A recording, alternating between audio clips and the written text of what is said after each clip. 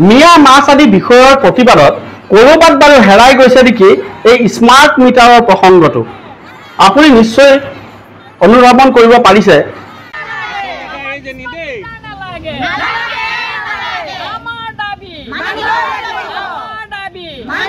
আমি কৰবাত ফালৰি কাটি গৈছো নেকি সেই স্মাৰ্ট মিটাৰৰ প্ৰসংগটোৰ পৰা। আপোনালোকে আমাৰ এই ভিডিঅ'টো অসমৰ কোনটো প্ৰান্তৰ পৰা চাইছে আপোনালোকে কমেন্ট কৰি জনাব, কাৰণ আমি গম নাপাওঁ যে আপোনালোকে এই ভিডিঅ'টো ক'ৰ পৰা চাই আছে, কিন্তু আপোনালোকে কোন কোন ঠাইৰ পৰা চাইছে আৰু ক'ত আৰু অসমৰ ক'ত এই লাইটৰ বিলৰ এই সমস্যা, স্মাৰ্ট মিটাৰৰ যিটো সমস্যা, এই স্মাৰ্ট মিটাৰৰ সমস্যাটো হৈছে, গতিকে আপোনালোকে আমাক কমেন্টৰ জৰিয়তে জনাব বুলি আমি আশা কৰিছোঁ। ৰাজ্যত সৰ্বসাধাৰণ ৰাইজে এতিয়া প্ৰতিবাদ সাব্যস্ত কৰিছে, বিভিন্ন প্ৰান্তত প্ৰতিবাদ হৈছে একমাত্ৰ স্মাৰ্ট মিটাৰৰ বিষয়টোক লৈ। সাধাৰণ দিন হাজিৰা খাটি খোৱা ৰাইজে এতিয়া ওলাই আহিছে স্মাৰ্ট মিটাৰৰ প্ৰতিবাদত।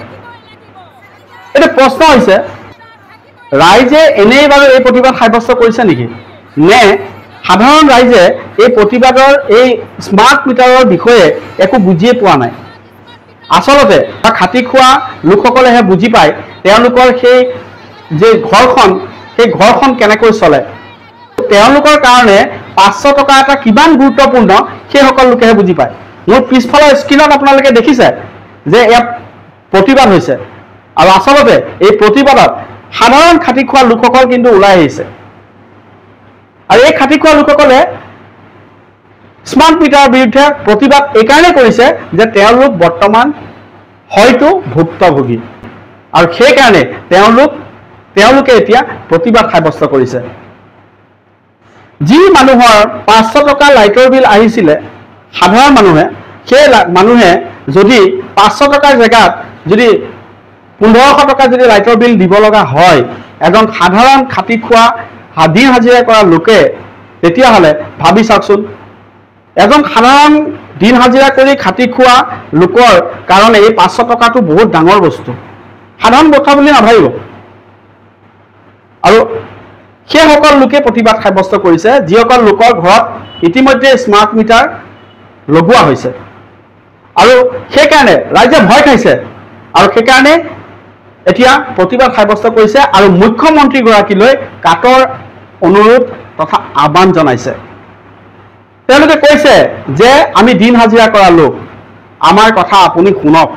মই কথাখিনি শুনাই আছো আপোনালোকক, আৰু এই কথাখিনি আপোনালোকে শুনক ৰাইজে কি কৈছে। যাতে আমাৰ সাধাৰণ মানুহখিনি চলিবলৈ অকণমান তেওঁ সকাহ দিয়ে, দুখীয়া মানে যেনে তেনে খাই বৈ চলি আছে, গতিকে আপুনি লাইনটোৰ পৰাও বঞ্চিত কৰিছে, গতিকে মানুহে কি কৰি খাব, কেনেকৈ চলিব, তেওঁ আমাক কিবা এটা উপায় দিয়ে। যদি এইটো মিটাৰ দিয়ে আমি 2 মাহ চাম, 2 মাহ চাই যদি তেওঁলোকে যদি বিলটো বেছি হ'লে আমি তেতিয়া হাকুটি লগাই নিজে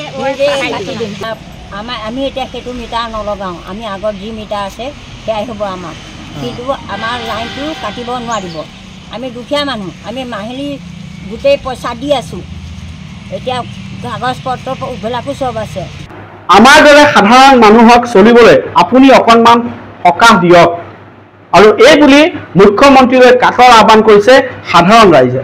লগতে কৈছে যে আমাৰ ঘৰত কোনো চৰকাৰী চাকৰিয়াল নাই, ধান এমোন বিক্ৰী কৰিলেহে আমি লাইটৰ বিলটো দিব পাৰোঁ। ভাবকচোন মানুহৰ অৱস্থা কিমান বেয়া। আমাৰবিলাকৰ চাকৰিয়াল নাই, ইমান কিয় কৰিছে? ধান এখন দেওবৰীয়া বজাৰত বা মঙলবৰীয়া বজাৰত বেচিলেহে আমি লাইটৰ বিলটো দিওঁ। যদি বুধবাৰ হয় আমি এই 4-5 দিন আন্ধাৰত। গতিকে সাধাৰণ দুখীয়া ৰাইজে এতিয়া ভয়ত প্ৰতিবাদ কৰিবলৈ ওলাই আহিছে, আৰু ৰাইজৰ আহ্বান যে মুখ্যমন্ত্ৰীগৰাকীয়ে তেওঁলোকৰ কথা শুনক। আৰু এই যে মিয়া এই মাছ এই যি বিষয়ক লৈ যি প্ৰতিবাদ, সেই প্ৰতিবাদে যেন কোনোবা নহয় কোনোবাখিনিত যে এই স্মাৰ্ট মিটাৰৰ যি প্ৰসংগ, এই প্ৰসংগটো কিন্তু তল পেলাই ৰাখিছে।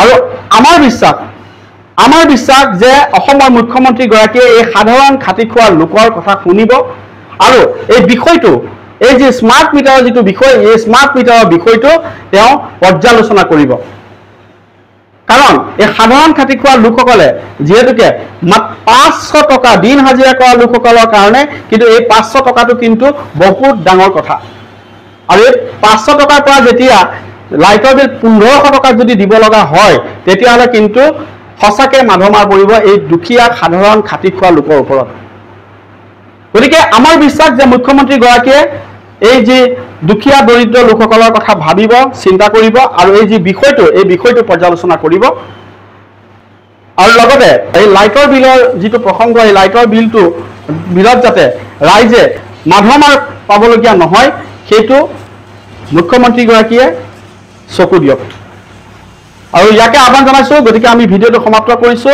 গতিকে অধিক ভিডিঅ'ৰ বাবে চাই থাকিব মিনাল ক্ৰিয়েশ্যন 2.0 ইউটিউব চেনেল আৰু মিনাল ক্ৰিয়েশ্যন ফেচবুক পেজ ধন্যবাদ জয় অসম